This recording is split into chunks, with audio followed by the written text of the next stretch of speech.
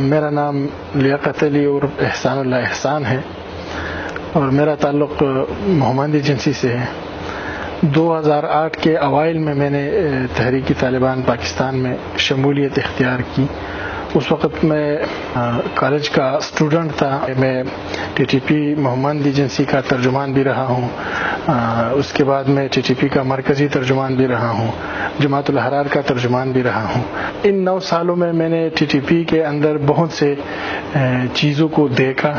انہوں نے اسلام کے نام پر لوگوں کو گمراہ کر کے اپنے ساتھ بھرتی کیا، خصوصاً نوجوان طبقہ جو نعرہ لگاتے تھے، یہ لوگ ان پر خود بھی پورا نہیں اترتے تھے۔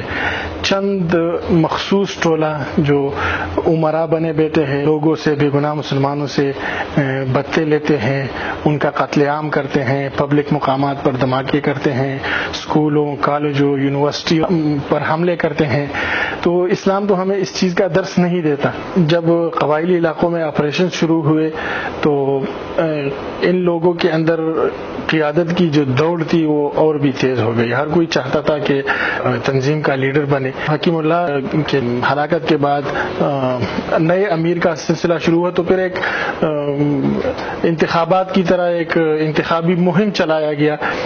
اس دوڑ میں عمر خالد خراسانی، خان سعید سرجنا، مولوی فضل اللہ، یہ سارے لوگ شامل تھے اور ہر کوئی اقتدار حاصل کرنا چاہ رہا تھا۔ تو پھر شورا میں فیصلہ کیا کہ قرآن دازی کی جائے اور اس قرآن دازی کے ذریعے مولانا فضل اللہ امیر مقرر ہوئے۔ ایسی تنظیموں سے کیا توقع رکھ سکتے ہیں جس کا امیر قرآن دازی کے ذریعے سے منتخب ہو؟ اور پھر امیر بھی ایک ایسے شخص کو بنایا گیا جن کا کردار ایسا ہے کہ انہوں نے اپنے استاد کی بیٹی کے ساتھ زبردستی شادی کی اور ان کو لے گئے۔ تو ایسے شخصیات، ایسے لوگ اسلام کی خدمت نہ کر سکتے ہیں اور نہ اسلام کی خدمت کر رہے ہیں۔ شمالی وزیرستان میں آپریشن ہوا تو ہم سب افغانستان چلے گئے۔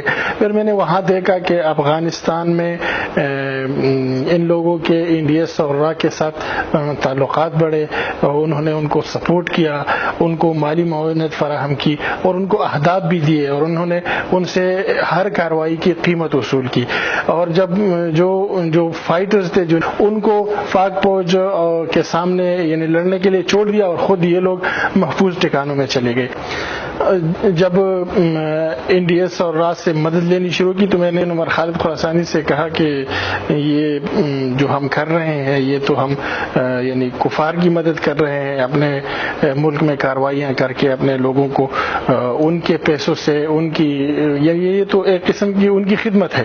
تو انہوں نے مجھے کہا کہ پاکستان میں تخریب کاری پھیلانے کے لیے اگر اسرائیل بھی مجھے مدد دے گی تو میں ان سے مدد لے لوں گا۔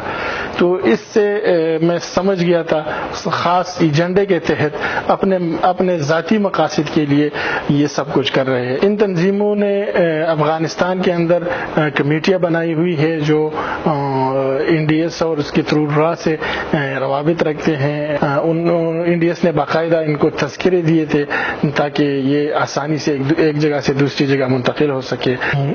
یہ تذکرہ افغانستان کی نیشنلٹی، جس طرح پاکستان میں شناختی کارڈ ہوتا ہے اس طرح یہ تذکرہ افغانستان میں آئی ڈی کارڈ کے طور پر چلتا ہے۔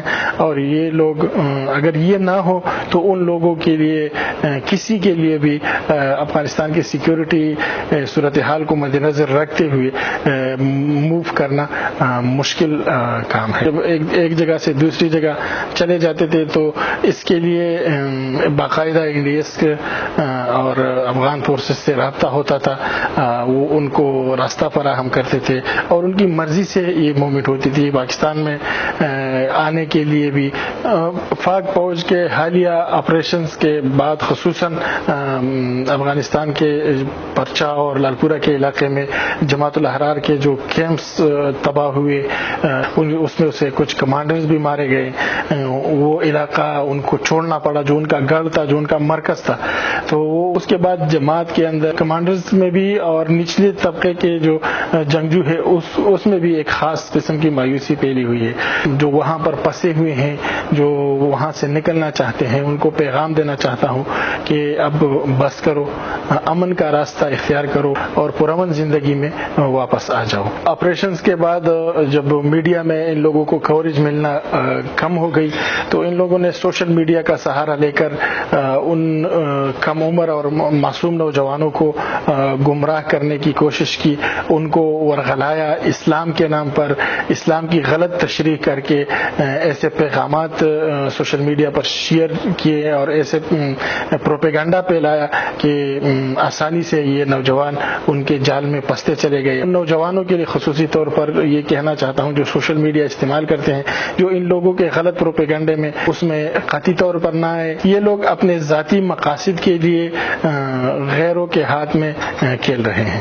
یہ تمام مذکورہ وجوہات تھی جس کا میں نے ذکر کیا ہے، جس کی وجہ سے میں نے فیصلہ کر لیا اور میں نے خود کو رضاکارانہ طور پر پاک فوج کے حوالے کر دیا ہے.